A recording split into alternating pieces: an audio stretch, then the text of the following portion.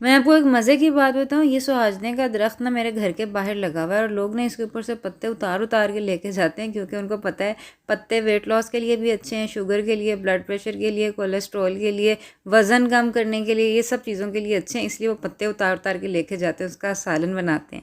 ये बहुत कम लोगों को पता है कि इसके फूलों की अपनी अफादियत है। सुहाजने के फूलों का क्या क्या फ़ायदे हैं, मेरे ख्याल से ना ये अभी तक सिर्फ इन शहद की मक्खियों को ही पता है, जो इसका रस चूस चूस के ना शहद बना रही हैं। ये हमारे घर के ऊपर चंद फालतू कुर्सियां पड़ी थी, उसके अंदर इन शहद की मक्खियों ने छत्ता बना लिया है और सुहाजने से शहद बनाई जा रही है। तो आज हम ना ये वीडियो के अंदर डिस्कस करेंगे कि सुहाजने के जो फूल हैं वो कैसे इस्तेमाल कर सकते हैं, किन किन बीमारियों के अंदर ये फ़ायदेमंद हैं। और वीडियो एंड तक देखिएगा, क्योंकि जैसे मैंने आपको बताया सुहाजना के हर हिस्से के अपने अपने फ़ायदे हैं और ये साइंटिफिकली प्रूवन है। आपको ये सारी रिसर्च जो मैं बता रही हूँ रिसर्च बेस्ड है।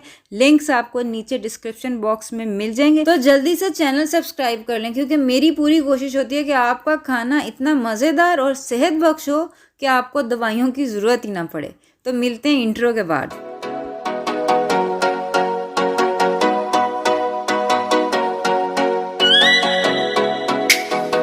अस्सलाम वालेकुम वरहमतुल्लाहि वबरकातुहू। हीलिंग हिजामा क्लिनिक से मैं डॉक्टर असमा महमूद हूँ और आज हम बात करेंगे सुहाजना यानी मोरिंगा के फूलों के बारे में कि फूल कैसे हम इस्तेमाल कर सकते हैं। अक्सर ममालिक के अंदर आपको ताज़ा फूल सब्ज़ी मंडी से भी मिल जाते हैं या खुश्क हुए हुए फूल जो तो उनका पाउडर भी मिल जाता है। लेकिन मैं लाहौर से बात कर रही हूँ, लाहौर की किसी सब्ज़ी मंडी में मैंने नहीं देखा कि सुहाजना के फूल मिलते हो। ये देखें, फूलों का फ़ायदा उठाने के लिए आपको सुहाजना का ये दरख्त लगाना पड़ेगा, कोई मुश्किल नहीं है। पानी भी नहीं देंगे ना, ये तब भी उग जाएगा। बहरहाल ये याद रख लें कि अगर कोई प्रेग्नेंट खातून है ना, तो उसने खा पाउडर है खा फूल ताज़ा है वो बिल्कुल नहीं इस्तेमाल करने, अबॉर्टिव होता है। लेकिन अगर आपको प्रेगनेंसी के अलावा किसी वजह से सोजें पड़ी हुई हैं, अक्सर मेरे पास ख़वातीन आती हैं कहती हैं जी हमें सोजें चढ़ी हुई हैं, तो सोजों के लिए बहुत अच्छी बात है कि आप मोरिंगा के फूलों की चाय या कहवा बना के पी लें। कोई मुश्किल नहीं है बनाना। मुट्ठी भर आपने फूल लेने, गर्म उबलते हुए पानी के अंदर डालने 5 मिनट के लिए।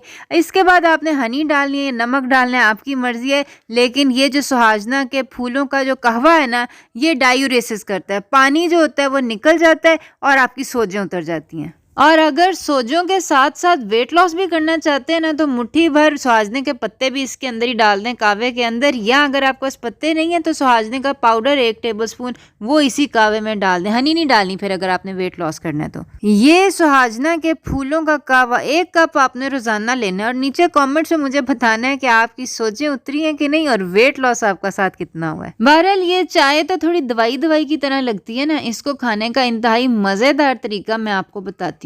वो ये है कि आप इसके पकोड़े बना लें। पकोड़े बनाना इंतहाई आसान है। 1 कप आपने बेसन लेना है, उसके अंदर आपने 1 टीस्पून नमक डालना है, हस्बे जायका आपकी मर्जी है, कम ज़्यादा कर सकते हैं।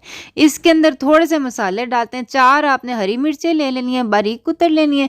1 टेबलस्पून लहसुन का पेस्ट जो है वो आपने डाल लेना है और इसके अंदर 1 कप अपने सुहाजना के जो फूल हैं जो आप फ्रेश उतारें अच्छी तरह धो के, वो आपने इसके अंदर डाल लेने।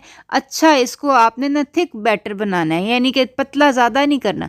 पानी आपको ये जो मैं बना रही हूँ ना, मुझे तकरीबन सिर्फ 2 चम्मच या 3 चम्मच पानी की ज़रूरत पड़ी थी और ये बैटर इस तरह का सख्त हो गया। बैटर आपका जितना स्टिफ होगा ना, मतलब ये देख सकते हैं ना आप ये किस तरह का, ये बैटर की कंसिस्टेंसी कैसी है, मतलब ये जितना सख्त होगा उतने पकोड़े आपके क्रंची बनेंगे। आप चाहें तो इसके अंदर प्याज या आलू जो है वो भी डाल सकते हैं, लेकिन आप यकीन करें ये खाली मोरिंगा के फूलों से बहुत मज़ेदार पकोड़े बन जाते हैं। अब आपने ये करना है कि ये देख सकते हैं ना, ये मेरी प्यारी सी कढ़ाई, ये बिल्कुल नई है, ये अभी पहली दफ़ा मैं आपके लिए इसके अंदर ना पकोड़े बनाने लगी हूँ।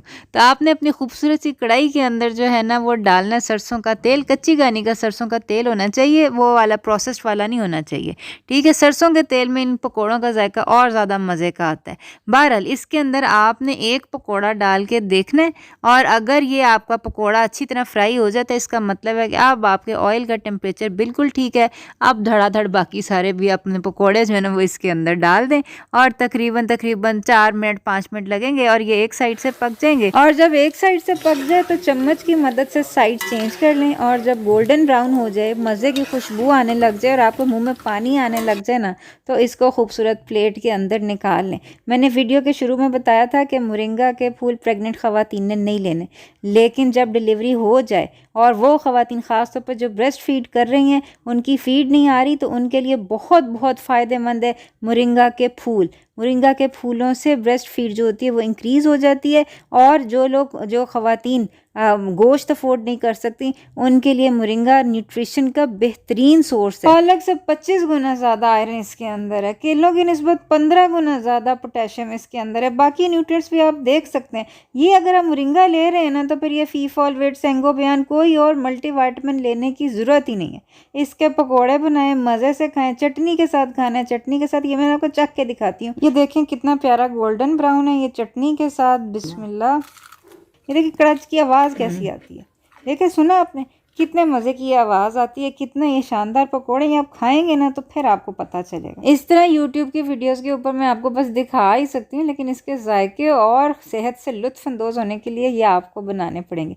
ये ना आपने ज़रूर बनाने और कमेंट सेक्शन में ना मुझे बताना ये कैसे बने और इससे आपको कितना एक फ़ायदा हुआ और कितना मज़ा आया।